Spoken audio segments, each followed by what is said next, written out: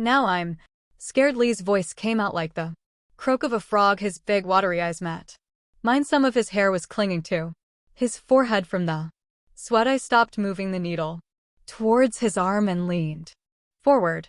Lays, are you okay? Is something going on? I asked. I could feel the man leaning over me. The boy nodded. Yes, I'm scared of the pain from the needle. It won't hurt any more than the last time. It's okay, I reassured him, but I myself was confused. After that, Lewis turned to look back toward the ceiling, his face going back to the stern grimace had had the entire time. I've never seen such an inhuman reaction before. I didn't know what to do but proceed with drawing the blood. I aimed the needle right towards the bright, obvious veins and dug it into his arm. I felt the pop of the vein almost instantly. I closed my eyes for a moment as the blood flowed from the needle into the first vial on the small table. I vividly imagined 20 minutes from now when I was back down the hall, recanting what an odd experience my last draw was, and someone would commiserate with me that the graveyard shifts were always a mental strain. That is where I wanted to be. I opened my eyes and let out a gasp that barely avoided being a scream. What I saw was that the blood sliding from the needle up the tubes, filling the first vial, was at a deep blue, the same color as the boy's veins. It looked like thick blue paint. I likely would have fallen backward out my seat if it didn't mean I'd fall into the man behind me, and the idea of touching him was worse than anything. What's wrong? Now the man was leaning down behind me, not far from my ear. His voice sounded harsher now than when he last asked this. Nothing, I remember stuttering out. I stopped the drawer as it filled the first vial, sliding the needle out and wrapping gauze around the puncture point that began to stain blue. I knew I needed to get out of there. I picked up the vial and could hear the man moving behind me. The boy held his same zombie-like stare at the ceiling. As I stood up, the man was in front of me, between my path to the door. One of his hands was extended out to me. He was grinning, and I looked away from his teeth. I've replayed this interaction a lot of times in my head. Please, I said. Then I don't exactly know why everything's normal with the boy now. Yes, I spotted out. I felt like I could hear movement from outside the window. Excited movement. Please, the man replied, grinning wider. I held out the vial, placing it into his palm, from which the skin seemed to sag, and he moved out of my way. I almost ran towards the door, pulling it open as I felt tears begin to well in my eyes, and then slamming it behind me. My leaving as well was captured on the camera, and that I told the C.No. and whoever was there at the time, nearly hysterical, that there was something horribly wrong in the room at the end of the hall, but it was empty once they reached it. I don't know exactly why any of it happened. I know people here are probably more willing than most circles of the internet to believe this kind of crazy stuff. If anyone has any ideas, I'm open to hearing them. I haven't come up with any medical or logical prognosis. The last thing I should say is that since then, if I'm ever unfortunate enough to get the graveyard shift, I'm very careful. I make sure to lock all the windows before it gets dark, because I sometimes hear the one in the empty rooms rattling from the outside. I can't recall all the details of my interaction with the boy, but I followed my usual procedures before drawing blood. I smiled down at him. He gazed up with watery green eyes, looking about 12, which matched his chart. Hi there, Lewis, I said, glancing for his name. I asked how he felt that day. He looked at his father and then back at me. I heard the scrape of a chair being pulled closer to the bed. I feel fine, but my dad and I want to make sure I'm all normal, so we came to try this, he replied. The father was leaning forward, hands on the foot of the bed, peering out from beneath his thick sunglasses. Well, I'm going to check that out by taking a little blood from you, if that's all right. It really won't hurt at all, I assured him. Just then, the man interjected, speaking quickly and loudly so that both Lewis and I turned our attention to him. It won't hurt at all, he echoed. Lewis nodded, seemingly repeating it to himself. An unease settled over me as I observed the father's mannerisms while I moved toward the medical cabinet. A gust from the open window chilled me in my scrubs. I glanced outside, noting the tree lines swaying against the night sky. We never left the windows open, so I moved to close it. "Please leave it open," the man said. "We get very hot."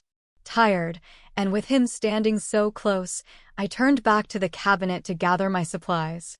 I grabbed everything I needed and placed it on the sink counter, washing my hands and slipping on my gloves. The equipment I selected, standard butterfly needles, vacutainer tubes, gauze, and a tourniquet, was all routine. There was nothing wrong with the materials. I approached the left side of the bed and asked Louis to sit up straight. Normally, I'd prefer using a cushy chair, but the boy was already comfortable in bed. As I placed the collection tubes and needle on a small table, I applied the tourniquet around his upper arm. Louis stared solemnly at the ceiling as I began to search for a vein. That's when I first sensed something was wrong. As I looked down at his arm and felt around, I couldn't find any traces of veins.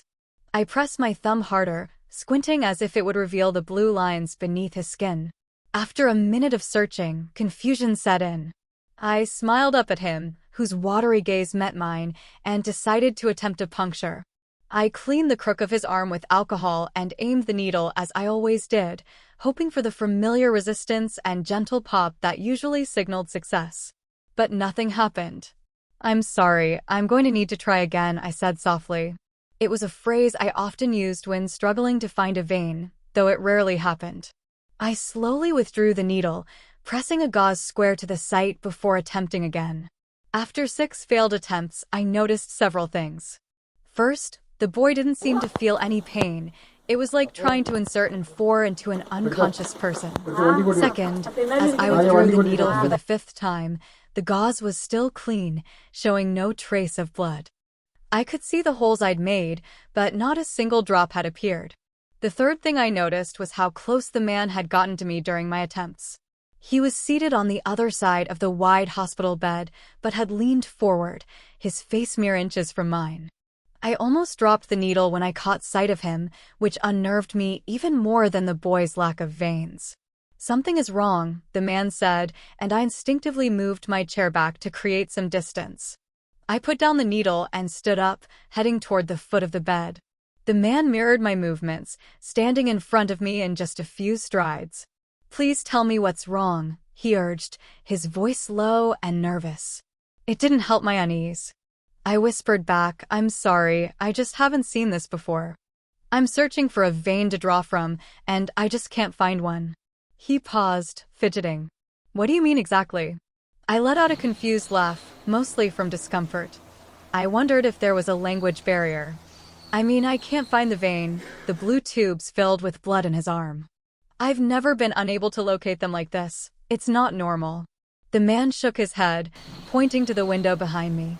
"It's okay, I'll talk to him. He's just nervous." I shook my head in confusion. "I don't think he's nervous. Most kids are a bit scared of the pain, but Louis doesn't seem to notice it. I'm worried something might be wrong with him, maybe some kind of hypovolemia. His skin almost feels rubbery." The man shook his head again, as if to mimic my motions. No. Pain and veins, he's all right. I'll speak with him for just a second, and then you can check again." Now, his hands were wringing together, the skin on them and his face looking too wrinkled for his age. He spun back to the boy and took 3 long strides to his side, muttering something. I looked over at the door, imagining the long stretch of hallway between me and the rest of the hospital staff. I considered who had done intake for the 2 of them and whether the man would even understand if I asked for his insurance. Glancing back out the window, I wondered again why the glass and screen were open. "Okay, he's ready," the man said, standing next to my chair with one hand gripping Louis's shoulder tightly. A thought struck me.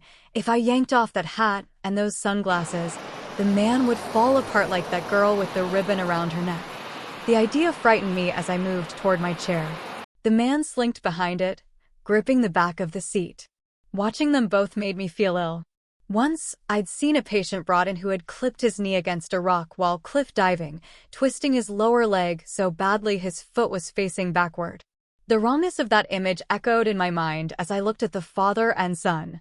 I sat down, trying to focus on Louis while hearing the man's heavy breathing behind me. I drew a fresh needle for Louis and reached for him, only to widen my eyes in shock.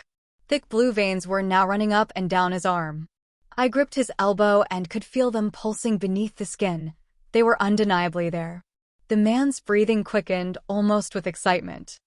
I didn't know what to say, so I wiped the area of the boy's arm and prepared the needle. Louis's skin felt moist, even through my gloves, and I noticed beads of sweat on his face and neck, making his skin feel almost sticky. I was filled with fear as Lee's voice emerged like a frog's croak, his big, watery eyes locking onto mine. Sweat clung to his forehead, and I paused, needle hovering above his arm. "Lo, are you okay? Is something wrong?" I asked. The boy nodded, clearly scared. "I'm afraid of the pain from the needle," he said, and I reassured him, though I felt just as confused. Louis turned to the ceiling, his face returning to the stern grimace he wore the entire time. I'd never witnessed such an unnatural reaction before, and I hesitated but pressed on, aiming for the visible vein and inserting the needle. The moment I felt the pop, I closed my eyes for a brief second, envisioning myself back down the hall in 20 minutes, recounting this odd experience to a colleague who would understand the mental toll of the graveyard shift. But when I opened my eyes, I gasped. What I saw was blood flowing from the needle into the vial, but it wasn't red. It was a deep blue, the same color as the boy's veins, thick like paint. I nearly toppled from my chair, but the thought of touching the man behind me kept me rooted. "What's wrong now?" the man asked, leaning closer. His voice had turned harsher. "Nothing," I stammered, stopping the draw and pulling the needle out, wrapping gauze around the puncture that was already staining blue. Panic surged through me. I needed to leave. I picked up the vial, feeling the man's presence behind me as I stood. The boy remained fixated on the ceiling, his expression blank. The man stepped in front of me, blocking the door, extending his hand with a grin that made me want to look away. "Please," I said, unsure why everything felt normal with the boy again. "Yes," the man replied, his grin widening. I reached out and placed the vial in his sagging palm. He moved aside, and I almost ran for the door, slamming it shut behind me as tears pricked my eyes. I burst into the nursing station, nearly hysterical, telling the CNO and whoever was there that something was terribly wrong in that room at the end of the hall. But when they checked, it was empty. I can't explain what happened. I know people here might be more inclined to believe strange stories, so I'm open to theories.